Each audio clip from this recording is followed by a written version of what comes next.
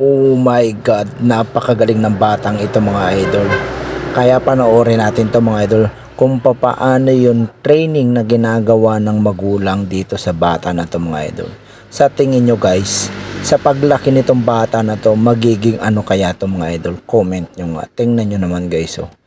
Napakagaling ng bata to mag-balance. Ayan oh. Ano mga idol?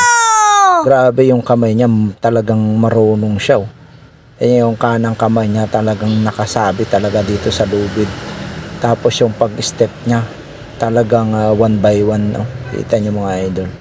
Grabe. Yan ang dapat ganyan mga idol. Oh. Ganito dapat ang itinuturo ng mga magulang, hindi yung ang mga bata ay hinaharap sa mga tagayan. Mga idol.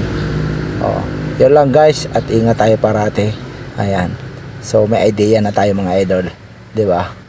Grabe oh. Nice.